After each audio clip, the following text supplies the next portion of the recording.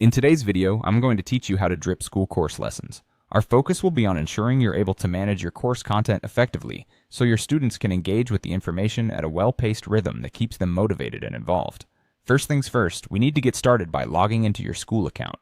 Make sure you have your credentials handy and signed in securely. Once you're all set and inside your account, we can proceed to the next step, which involves locating the community that houses your course material. It's important to familiarize yourself with the layout of your school dashboard so you can easily navigate to this community. Now, with your community open, direct your attention to the Classroom tab. The Classroom tab is where all your course content resides, and this is where we will manage your lessons.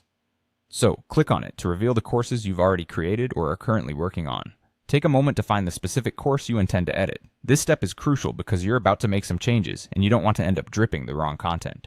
Once you've located the right course, go ahead and open it to see the lessons it contains. Now it's time to pinpoint the exact lesson or page you want to set a drip schedule for. Move your cursor over to the lesson in question, and you should notice a three-dot menu icon next to it. This three-dot, often referred to as an ellipsis menu, is your gateway to additional settings and options for that particular lesson. Click on this menu, and from the list of options presented, select the drip status off. Selecting this option will allow you to access the drip functionality, which we're about to activate. The next step is straightforward. You need to turn the drip status from off to on. This is the foundation of creating your timed release schedule for your lessons. Once the drip is turned on, you'll want to think about how you want your content structured over time. Here, you have the opportunity to determine the number of days that should elapse after a member joins your community before this lesson becomes available to them. Enter this duration in days, for instance. You might want it to be 7 days. This ensures that new members have time to digest previous material before encountering new content, aiding their learning process. Lastly, don't forget to click Save to confirm your settings. Failing to save could result in losing the changes you've just made, and no one wants to start from scratch.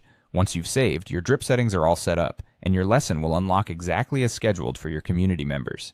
Congratulations, you have now set up a drip schedule for your school course lesson. This arrangement not only helps you control the educational journey of your students, but also manages the pacing, ensuring a structured learning path. Thank you for following along with me, and happy teaching!